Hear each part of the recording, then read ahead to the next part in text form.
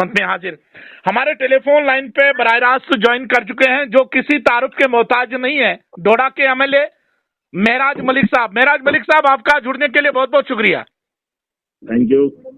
महराज साहब, आज जो इमरजेंसी मीटिंग उमर अब्दुल्ला साहब ने बुलाई है, आप भी वहां थे, और इस मीटिंग के हवाले से हम जानना चाहेंगे क्या कुछ बात अंदर चली है, तो लोग भी जानना चाहेंगे। देखिए, सबसे पहली बात तो ये है कि देश के अंदर माहौल जो अफरा तफरी का है जी, बीजेपी अकलियत को निशाना बना रही है जी, और पैसे के दम पे वोट खरीदना चाहती है जी, काम तो ये करेंगे नहीं, और जहां जहां से पैसा इकट्ठा हो सकता है जी, उन जगहों को जो है नोटिस किया जा रहा है, और उसमें वक्फ का भी है जी, जहां पर इन्हें इकट्ठा पैसा दिखेगा और उस पैसे को इकट्ठा करने के लिए पूरा जोर लगाएंगे और उसे तोड़ने की बिल को लाया गया है। जी, कोशिश ये की जा रही है कि अकलियत को निशाना बनाया जाए और देश के अंदर वो पुराना माहौल जी, जो हमारे पूर्वजों ने देखा है। इस देश के अंदर जब पहले दौर के अंदर राजनीति होती थी, राजा महाराजा हुआ करते थे, जी, बस राजा होता था और प्रजा होती थी, और प्रजा के साथ क्या सलूक किया जाता था, जी, उसी तर्ज पे जो है ये यहाँ इस देश के अंदर एक बार फिर वैसा माहौल बनाना चाहते हैं।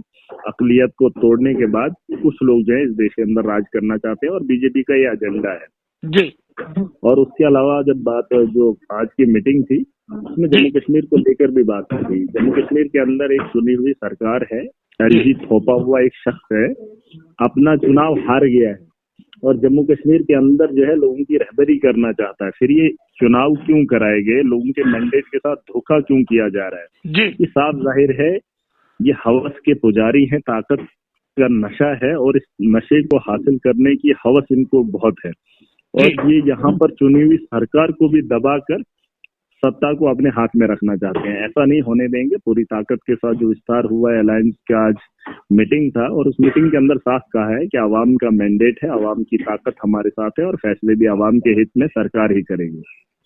मलिक साहब, आपसे ये भी जानना चाहेंगे, पीडीपी के जो एमएलए जो हैं वहीदुर्रहमान फराज साहब कुछ और ही बोल रहे हैं। वो कह रहे हैं कि इससे बेहतर नेशनल कॉन्फ्रेंस को अगर जमा होना था, मीटिंग तलब करनी थी, तो 5 अगस्त की बात अभी तक नहीं उठा रही है ये सरकार। तो इस पे आपकी स्टेटमेंट सर क्या है?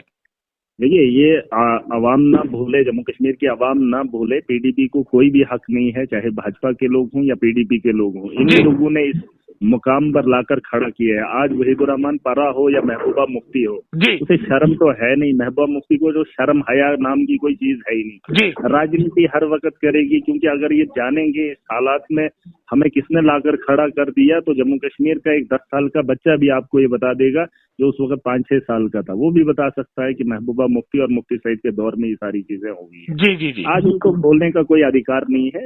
ये मुश्किल हालात जम्मू कश्मीर के हैं, ऐसा नहीं है कि ये वक्त खत्म नहीं होगा। बस एक संघर्ष है, एक लड़ाई है जो हमें लड़नी है अपनी नस्लों की बेहतरी के लिए। जो आने वाला कल है उसे बेहतर बनाने के लिए हमारे कंधों पे बोझ है और हमें ये लड़ाई खुद लड़नी है, और उन लोगों पे भरोसा ना करिए, खास करके पीडीपी। देखिए, ये राजनीति से हट के अगर बात आप भी सुन रहे हैं, आप एक यहाँ पे चैनल पे बात कर रहे हैं, मेरे साथ बात कर रहे हैं, आप भी बखूबी जानते हैं कि इस हालात में लाने वाले कौन लोग हैं, और महबूबा मुफ्ती के नाम ये सहरा है जी, और ये सारा उनको ये शोभा नहीं देता है, और उसकी बात ना ही करें, क्योंकि वो राजनीति में वो उतना बड़ा मुकाम नहीं है। था एक वक्त था, बाप की सियासत से वो भी आई थी, लेकिन अब उनका विकार खत्म हो गया। उनके बाप ने उसी हाल में इस रियासत को खत्म करवाने के लिए पूरी ताकत लगाई थी। उसे पता था जब मरना बरहक था, तो मरते वक्त भी इस अवाम का सौदा मुफ्ती सईद ने कैसे किया। जी, अगर सूली पे चढ़ जाता तो शहीद कहलाता, लेकिन नहीं,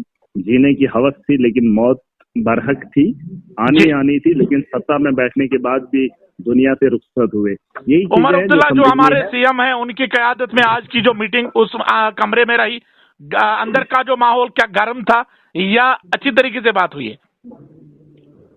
देखिए, बात हुई है, मैंडेट पे बात हुई है, लोगों की उम्मीदों पे बात हुई है, जम्मू कश्मीर के मुस्तकबिल की बात हुई है, और अगर ये ताकतें ऐसे हैं तो हमें क्या स्ट्रेटेजी अपनानी चाहिए उसके रिलेटेड बात हुई है, और पूरी ताकत से लड़ाई लड़ी जाएगी। ये दिल्ली नहीं है, यहाँ के लोग हक छीनना भी जानते हैं, लेना भी जानते हैं। प्यार से समझाया, 4-5 महीने हो गए सरकार को। उमर साहब ने बात की थी, सेंटर से भी सब लोग जानते हैं, अमित शाह हो, मोदी हो, उससे बात हुई थी, इज्जत से बात हुई थी। अब ये लोग सर चढ़ जाएंगे तो ऐसा नहीं है।